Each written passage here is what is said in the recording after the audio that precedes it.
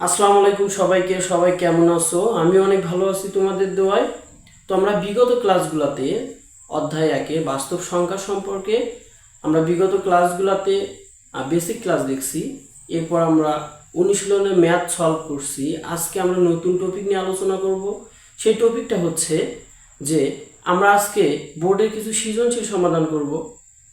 তো সমাধান করার আগে আমি তোমাদেরকে বলতে চাই, তোমরা আমাকে ক্লিয়ার দেখতে পাচ্ছ কিনা কমেন্টে জানাও যে ভাইয়া আমি দেখতে পাচ্ছি কিংবা দেখতে পাচ্ছি না। আমার পিছনে কি হোয়াইট বোর্ডটা দেখা যাচ্ছে? যদি দেখা যায় তাহলে কমেন্টে বলো ভাইয়া দেখতে পাচ্ছি কিংবা দেখতে পাচ্ছি না। আমার যদি পিছনে হোয়াইট বোর্ডটা ক্লিয়ার দেখা যায় তাহলে চলো আমরা মূল টপিক নিয়ে আলোচনা করি। আজকে আমরা অধ্যায় 1 বাস্তব সংখ্যার কিছু সৃজনশীল সমাধান করব। তো এই সৃজনশীলটা 2023 সালে ঢাকা বোর্ডে আসছিল। আমার কেন জানি মনে হলো যে এই সৃজনশীলটা একটু ব্যতিক্রম, যদিও বা সহজ আমার কাছে, কিন্তু তোমরা যারা ক্লাস 10-এ পড়ো তাদের কাছে মানে আমার মনে হলো যে এটা একটু ব্যতিক্রম, তোমাদের সাথে শেয়ার করা আসলে দরকার। তো চলো আমরা এই সৃজনশীলটা সমাধান করার চেষ্টা করি। ক নাম্বার এখানে বলছে যে প্রথম জোড়া ভগ্নাংশের বিয়োগফল কত। এই যে দশমিক কিছু অঙ্ক দেয়া আছে, আবৃত দশমিক দেয়া আছে, এখান থেকে বলছে প্রথম জোড়া ভগ্নাংশের বিয়োগফল কত। আচ্ছা, জোড়া বলতে তুমি কি বোঝো? যে কোনো দুইটা বিষয়কে আমরা জোড়া বলবো। তার প্রশ্ন বলছে প্রথম জোড়া ভগ্নাংশের। আচ্ছা, প্রথম জোড়া, তাহলে প্রথম জোড়া হচ্ছে এইটা এবং এইটা। আচ্ছা, আমরা তাহলে অঙ্কটা লিখি। প্রথম জোড়ায় কি কি বলছে? আবৃত দশমিক 23.0394, 9 এর উপর পৌনঃপুনিক, 4 এর উপরে পৌনঃপুনিক। এরপরে আসছে 9.12645, 6 এর উপর পৌনঃপুনিক, 4 এর উপর পৌনঃপুনিক। এখানে বলছে এই আবৃত দশমিককে আমরা কি করব? বিয়োগ করব, কত পাই ভ্যালুটা। তো তুমি যদি এই বিষয়টা না বুঝতে পারো বা কিংবা নতুন আজকে তুমি সোহেল ম্যাথ সলভ ক্লাস সলিউশনে প্রথম ক্লিক করছো, তুমি তো বুঝতেই পারবে না।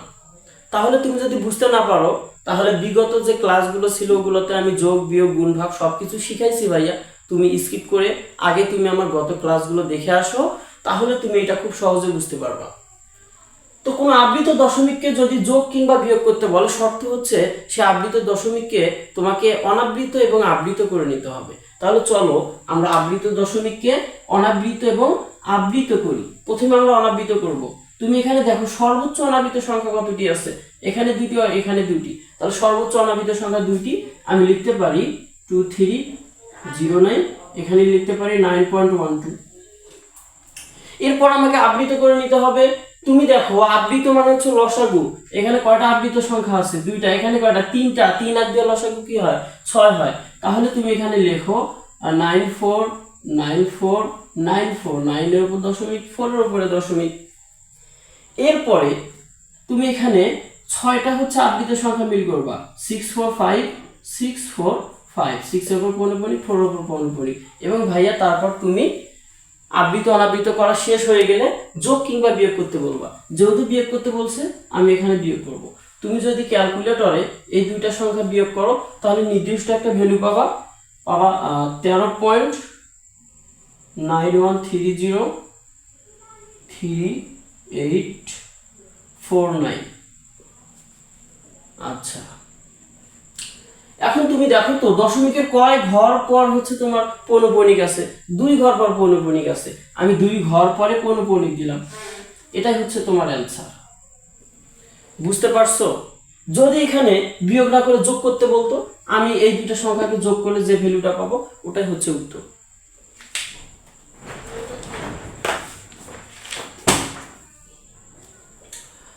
ওকে, চলো এবার যদি বুঝতে পারো চলো আমরা খ নাম্বারের সমাধানটা করি। ওকে, আমরা সাইটে উত্তরগুলো লিখে রাখতে পারি।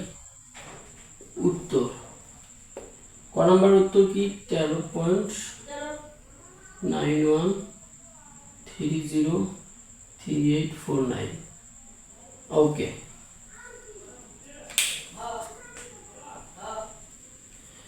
এখন দেখো খ নাম্বারে বলছে দ্বিতীয় জোড় ভগ্নাংশের গুণফল নির্ণয় করতে।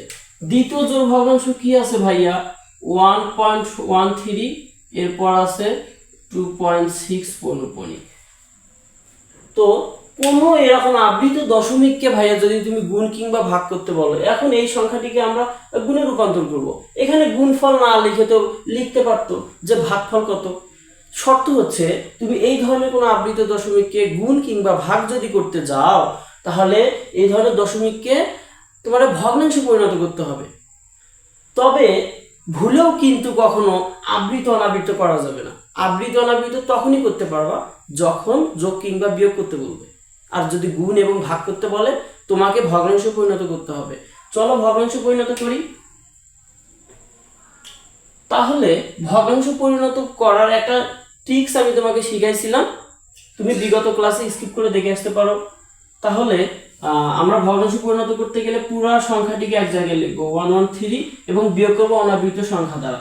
অনাবৃত সংখ্যা কয়টি আছে? দুইটি। কি কি আছে? 1 1। এরপরে আমি ভাগ করব। দশমিকের পরে আমি মনে করবো একটা 1 আছে, দশমিকের পর কয়টা সংখ্যা আছে? দুইটা সংখ্যা, সেই জন্য আমি দুইটা 0 নিলাম এবং এটাকে মাইনাস করব। যদি দশমিকের পরে কোনো অনাবৃত কিংবা আবৃত সংখ্যা থাকে, শর্ত হচ্ছে যদি শুধুমাত্র আবৃত সংখ্যা থাকে, তুমি এটাকে 1 দিয়ে বিয়োগ করতে পারবা। যদি অনাবৃত সংখ্যা থাকে, তাহলে তুমি 10 দিয়ে বিয়োগ করতে পারবা। মনে হয় ক্লিয়ার বুঝাইতে পারিনি। যদি ভাইয়া এখানে যদি শুধুমাত্র 3 থাকতো, তাহলে তুমি এখানে 1 দিয়ে বিয়োগ করতে পারতা। যেহেতু এখানে অনাবৃত সংখ্যা আছে, তুমি তখন এখানে 10 দিয়ে বিয়োগ করে ফেলবা। তাহলে আমি এখানে 10 দিলাম। তাহলে কত পাবো? এটা ভ্যালু কত পাবো? 102। নিচে পাবো হচ্ছে কত? 90। আচ্ছা, এটাকে তুমি ভগ্নাংশে পরিণত করো। দুইটা সংখ্যাকে এক জায়গায় রাখো, 26। এটাকে তুমি অনাবৃত সংখ্যা দিয়ে বিয়োগ করবা 2 এবং দশমিকের পরে কয়টা সংখ্যা আছে? একটা। তাহলে আমি একটা 0 নিলাম এবং এরপর যেহেতু দশমিকের পর যেহেতু কোনো অনাবৃত সংখ্যা নাই, তাহলে আমি এটাকে এভাবে রাখতে পারি। এটাকে কি লিখতে পারি? 24 পাবো। এখানে পাবো কত? 10। যদি কাটাকাটি করি, 5 দুগুণে 10, 12 দুগুণে 24, এখানে লিখতে পারি 12/5। এখন দ্বিতীয় জোড়া ভগ্নাংশে গুণফল নির্ণয় করতে বলছে। তাহলে 1/13 পৌনঃপুনিক, এটাকে আমি গুণ করতে বলছে এইভাবে। তুমি এইটার মান কত পাইছো ভাইয়া? 102/90। 102/90। এটাকে যদি তুমি গুণ করো, তাহলে এটার ভ্যালু কত আছে? এটার ভ্যালু আছে 12/5।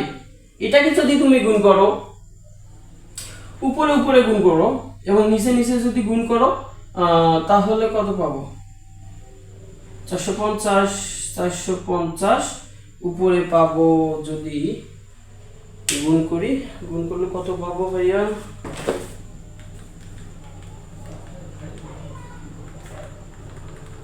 আচ্ছা, উপরে যদি গুণ করো,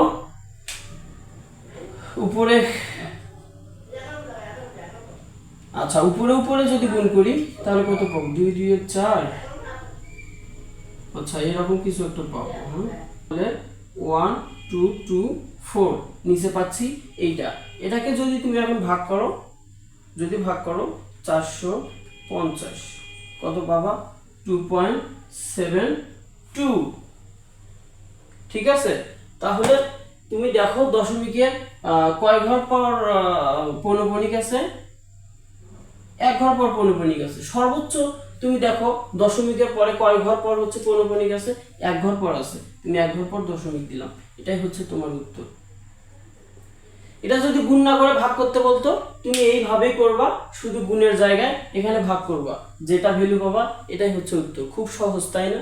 চলো এবার গ নাম্বারের সমাধানটা করি। আচ্ছা, আমি উত্তরটা লিখে রাখতে পারি। খ নাম্বার উত্তর কত পাইছি? 2.72 উপর পৌনঃপুনিক। ওকে।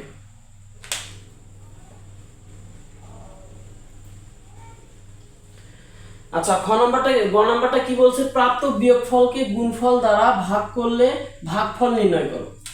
আচ্ছা, প্রাপ্ত বিয়োগফলকে, তাহলে আমি লিখতে পারি প্রথম জোড়া প্রথম জোড়া বিয়োগফল। প্রথম জোড়া বিয়োগফল কত পাইছি ভাইয়া? 13.91303849 এটা পাইছিলাম। তাহলে আমি দ্বিতীয় জোড়া কি পাইছি? গুণফল কত পাইছি? 2.72 এর উপরে 15। এখন এটাকে কিন্তু ভাগ করতে বলছে।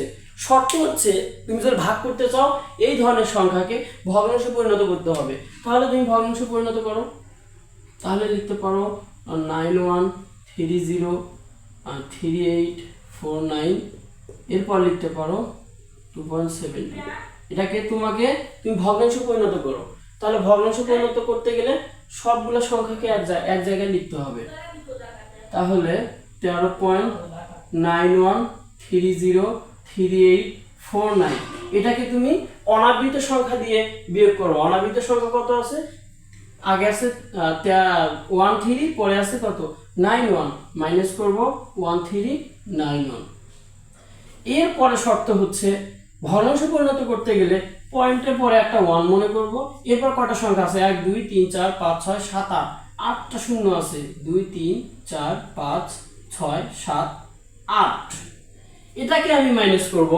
যেহেতু আবৃত সংখ্যার সাথে অনাবৃত সংখ্যা একসাথে জড়িত, আমরা 10 দিয়ে মাইনাস করব।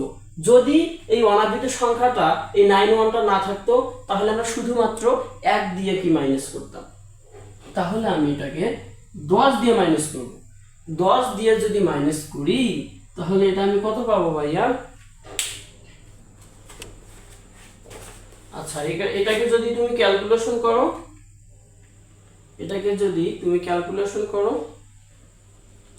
1.991, এরপরে 303849, এটাকে যদি তুমি বিয়োগ করো 1391, উপরে পাবো 13091302458, এবং নিচে যদি এইটাকে তুমি বিয়োগ করো, একের পরে শূন্য আছে 1 2 3 4 5 6 7 8। এটাকে যদি তুমি 10 দিয়ে মাইনাস করো পাবা হলো কয়টা 9 পাচ্ছি? 1 2 2 3 4 5 6, 1 2 3 4 5 6 7টা 9 পাচ্ছি, একটা শূন্য পাচ্ছি। ওকে, এখন তুমি এইটা কিন্তু আমার একটা ভ্যালু আসলো। এইটার এই আবৃত দশমিককে আমরা ভগ্নাংশে পরিণত করলাম। এখন আমি 2.72 বলবো। এখন আমি এইটাকে ভগ্নাংশে পরিণত করব। যদি ভগ্নাংশে পরিণত করতে চাও সবগুলো সংখ্যা তুমি এক জায়গায় লিখবা। তাহলে এটাকে আবৃত সংখ্যা দিয়ে অনাবৃত সংখ্যা দিয়ে কি করব? মাইনাস করব। তাহলে 27। এরপর দশমিকের পর মনে করবে একটা 1 আছে, সেই 1 আমি এখানে লিখলাম। এরপরে কয়টা সংখ্যা আছে? 2টা সংখ্যা, তাহলে 2টা 0 নিলাম। এখান থেকে আমি মাইনাস করব। আবৃত সংখ্যার সাথে যদি অনাবৃত সংখ্যা থাকে 10 দিয়ে মাইনাস করব। তুমি যদি এটাকে মাইনাস করো, আচ্ছা 272, তুমি এটাকে যদি মাইনাস করো কত? 27 দিয়ে মাইনাস করো 272 মাইনাস 27, তাহলে তুমি এটা পাবা 245, এবং এটাকে যদি মাইনাস করো 90। খুবই সহজ। তাহলে আমি এইটা একটা ভগ্নাংশ পাইলাম, এইটা একটা ভগ্নাংশ পাইলাম। এখন বলছে তুমি যে ভগ্নাংশ করলা এই দুইটা ভগ্নাংশকে ভাগ করতে বলছে। তাহলে আমি যদি ভগ্নাংশ দুইটিকে ভাগ করি, এটা ভগ্নাংশ কত পাইছি? এটা ভগ্নাংশ পাইছি, তো তোমাকে যদি আমি এইভাবে দিয়ে দেখাই তাহলে এটার ভগ্নাংশ পাইছি। এটা আমি ভগ্নাংশ কি পাইছি ভাইয়া? 13.91303849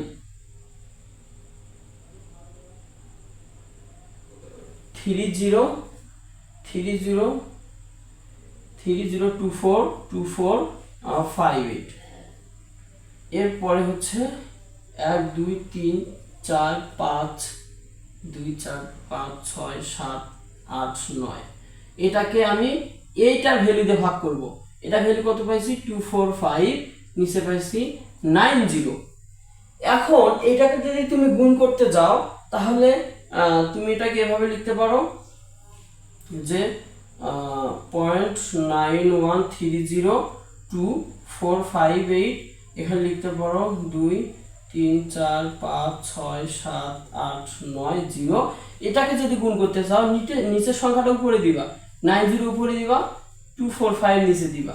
এইটা ক্যালকুলেশন করার পরে তুমি একটা নির্দিষ্ট একটা ভ্যালু পাবা, এটাই হচ্ছে উত্তর। খুবই মজা হলো তাই না? যদি বুঝতে না পারো কমেন্ট করো ভাইয়া যে আমি বুঝি নাই, তাহলে এটার উপরে আবার একটা সলভ ক্লাস নেওয়া হবে। চলো এবার আমরা মজা করে একটা সৃজনশীল দেখব। তোমাদের পাঠ্য বইয়ে একটা সৃজনশীল আছে, এটা খুবই গুরুত্বপূর্ণ এবং আজকে আমরা এইটা সলভ করার চেষ্টা করব।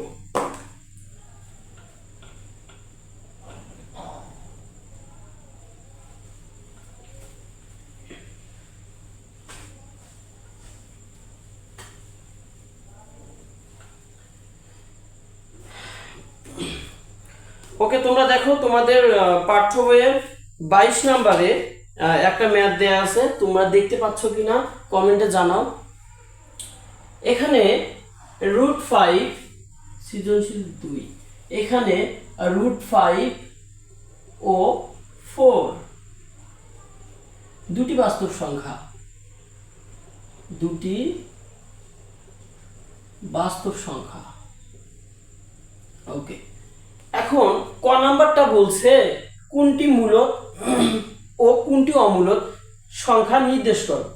আচ্ছা, আমি এর আগে একটা ভিডিও ছাড়ছিলাম যে তুমি কিভাবে কোনো ম্যাথ করার আগে বুঝতে পারবা যে এইটা মূলদ, এইটা অমূলদ, এইটা মূলদ, এইটা অমূলদ।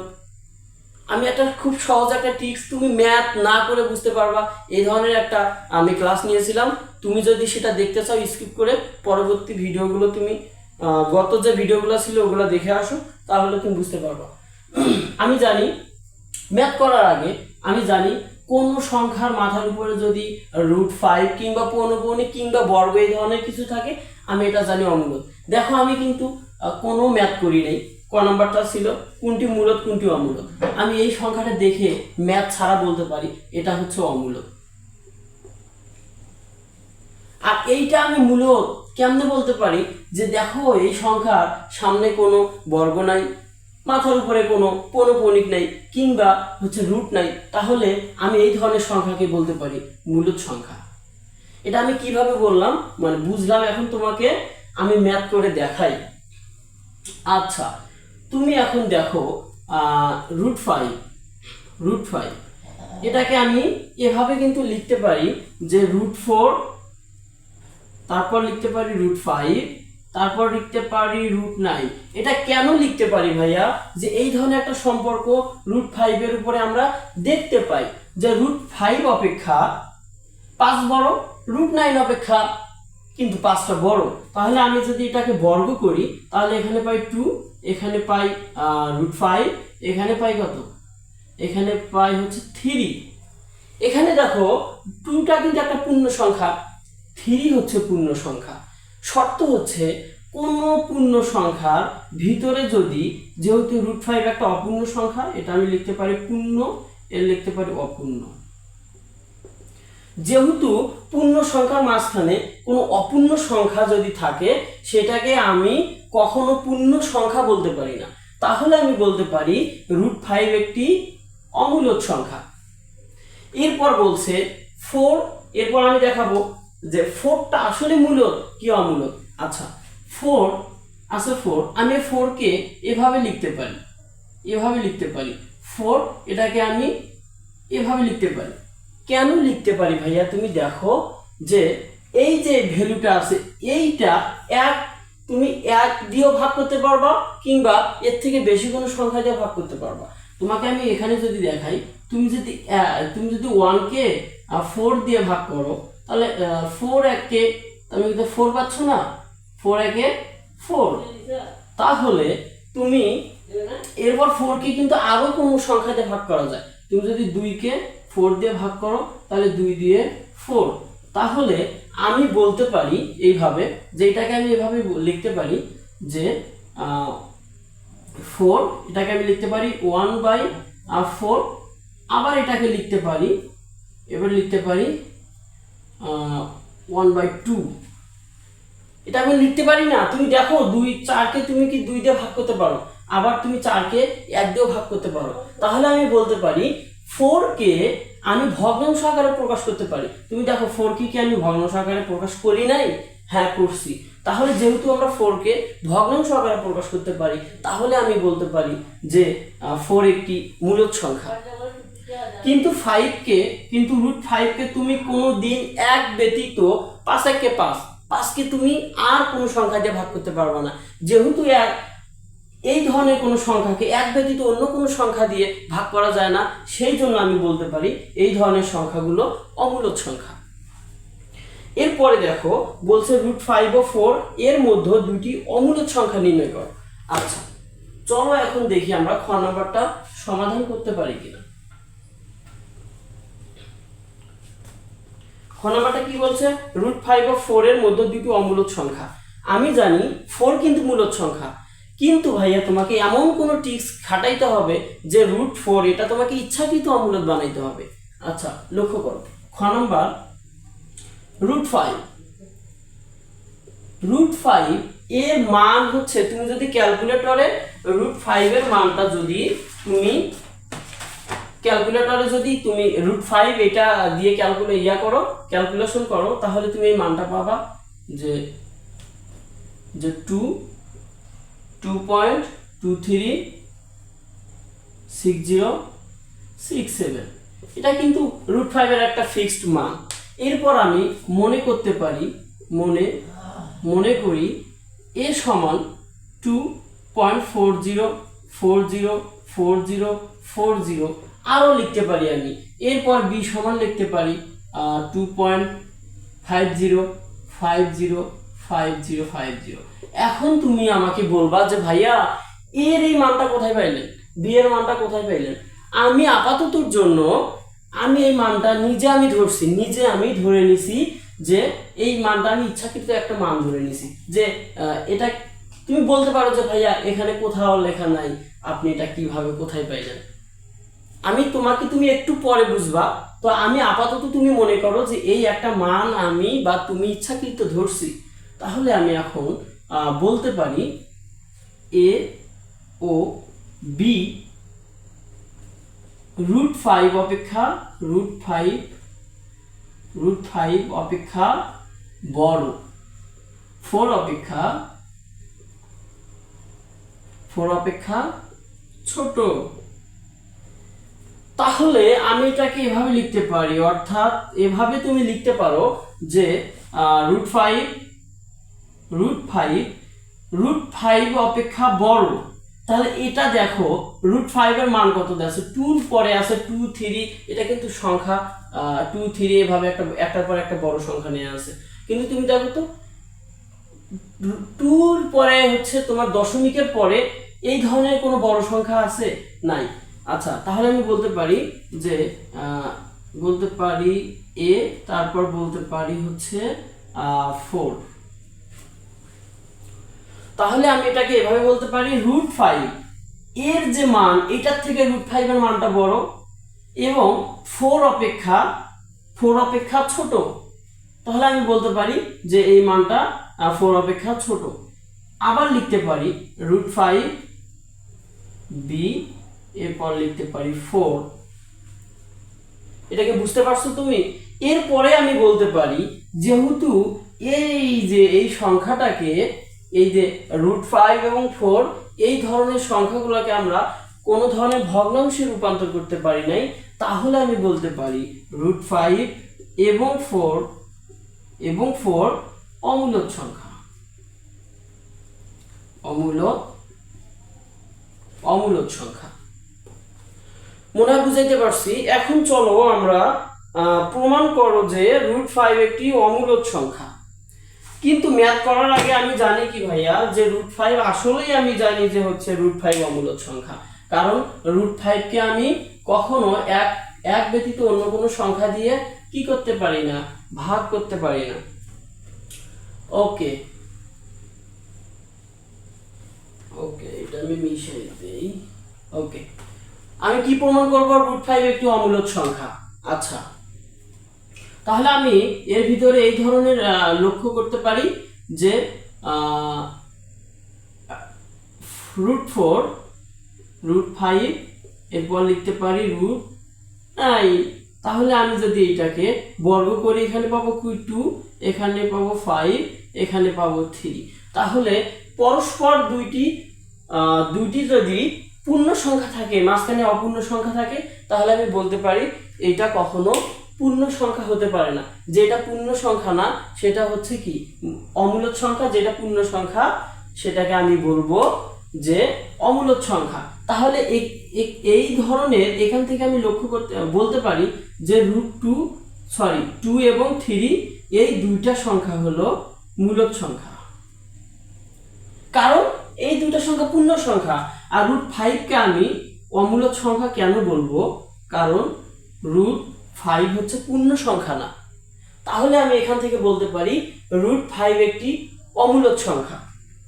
ওকে, আমরা এটা প্রথমে দেখাইলাম। প্রমাণ করতে গেলে প্রথমে তোমাকে পূর্ণ সংখ্যায় দেখাইতে হবে, তারপর তোমাকে দেখাবে ভগ্নাংশ। আচ্ছা, আমরা পূর্ণ সংখ্যা কিনা এটা এখন দেখাইলাম। আমরা এখন দেখাবো যে আসলে এইটা হলো ভগ্নাংশ প্রকাশ করা যায় কিনা।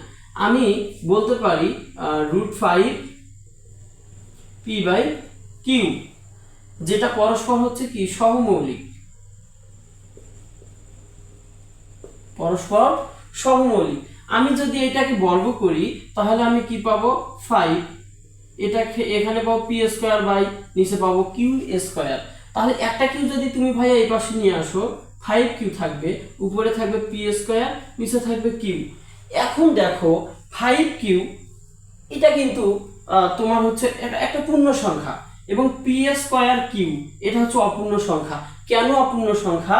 তুমি দেখো এটার উপরে বর্গ আছে, তা আমি বলতে পারি এটা অপূর্ণ সংখ্যা। তো একটা পূর্ণ সংখ্যা একটা অপূর্ণ সংখ্যাকে আমরা কখনো ভগ্নাংশ বলতে পারি না।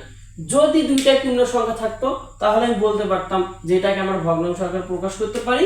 তাহলে আমি বলতে পারি 5q একটি পূর্ণ সংখ্যা, পূর্ণ, এবং এই সংখ্যাটা হচ্ছে অপূর্ণ। তাহলে আমি বলতে পারি যে √5 কে আমি পূর্ণ সংখ্যায় তো পারলামই না, এবং আমি ভগ্নাংশে রূপান্তর করতে পারলাম না। তাহলে আমি বলতে পারি √5 একটি 100% অমূলদ সংখ্যা। তোমরা কি আজকের ক্লাসটা বুঝতে পেরেছো? যদি বুঝতে পারো তাহলে কমেন্টে লেখো যে ভাইয়া আমি বুঝতে পারছি।